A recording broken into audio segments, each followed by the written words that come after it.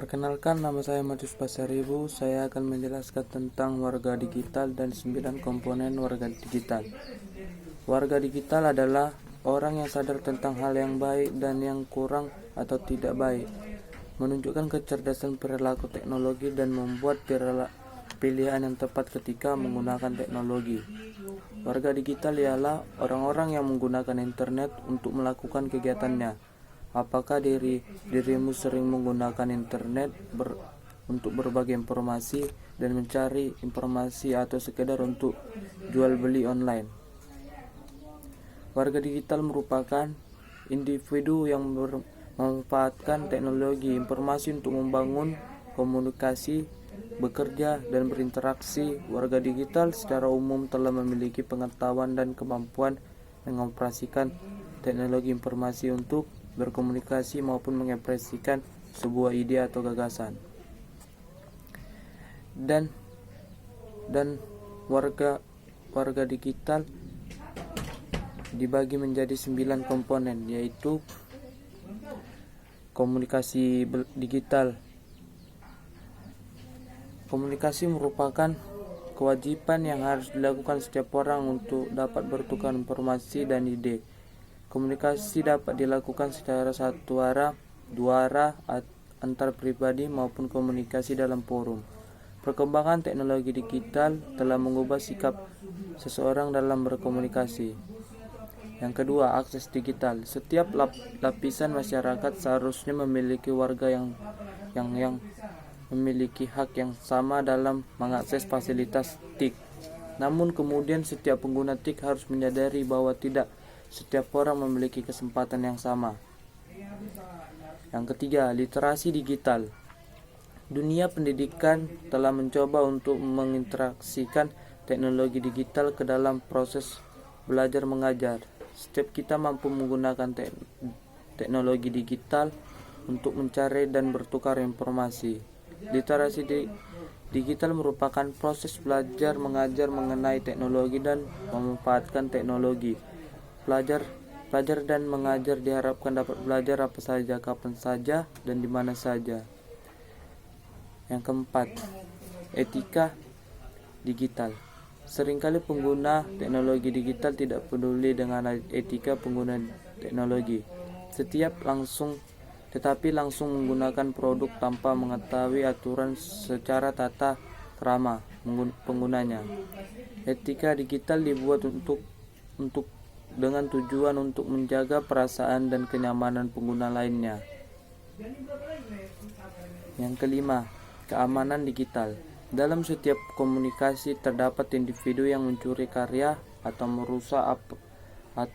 merusak menggunakan individu lainnya. Meskipun tidak boleh berburuk sangka, kita tidak dapat mempercayai seseorang begitu saja, karena hal tersebut akan berisiko terhadap keamanan kita.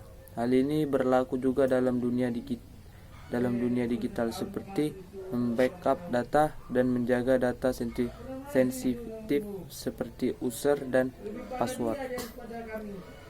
6. Hak digital. Sama halnya dengan perlindungan hak asasi di dunia nyata, para warga digital juga memiliki perlindungan hak di dunia digital. Setiap warga digital memiliki hak atas privasi, kebebasan berbicara, dan lain-lainnya. Dengan adanya hak tersebut, setiap warga digital juga memiliki beberapa kewajiban yang harus dipatuhi. Contoh nyatanya adalah tidak melakukan pembajakan konten, tidak menyebarkan informasi palsu, tidak memancing emosi pengguna. 7. Kesehatan digital. Di balik manfaat teknologi terdapat beberapa ancaman kesehatan yang perlu diperhatikan, seperti kesehatan mata, telinga, tangan, bahkan keseluruhan tubuh. Tidak hanya kesehatan fisik, kesehatan mental dapat juga terancam jika pengguna tidak mengatur pengguna teknologi digital. Untuk mencegah, pengguna perlu menyadari bahwa bahaya-bahaya yang dapat ditimbulkan teknologi digital. Yang ke-8, transaksi digital.